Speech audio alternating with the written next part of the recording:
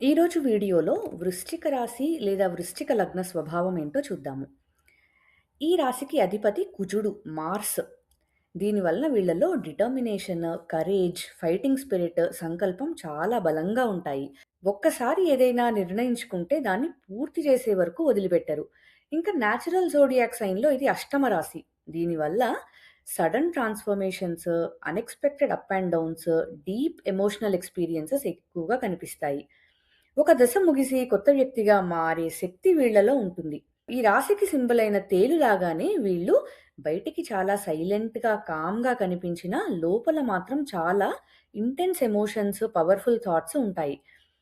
తమ మనసులోని ప్రతి విషయాన్ని బయట పెట్టరు. చాలా వరకు అబ్జర్వ్ చేస్తూ, ఎనలైజ్ చేస్తూ లోపలే దాచుకుంటారు.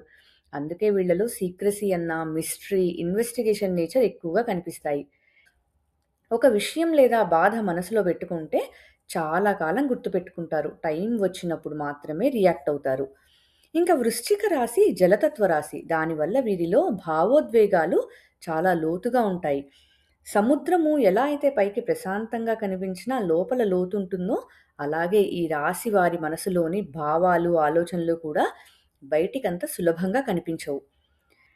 ఇంకా ఈ రాశిలో వచ్చే విశాఖ నక్షత్రం యొక్క యాంబిషన్, జ్యేష్ఠ నక్షత్రం యొక్క లీడర్‌షిప్ అండ్ అథారిటీ, అనురాధ నక్షత్రం యొక్క ఫ్రెండ్‌షిప్ అండ్ లాయల్టీ కలిస్తేనే వృశ్చిక రాశి.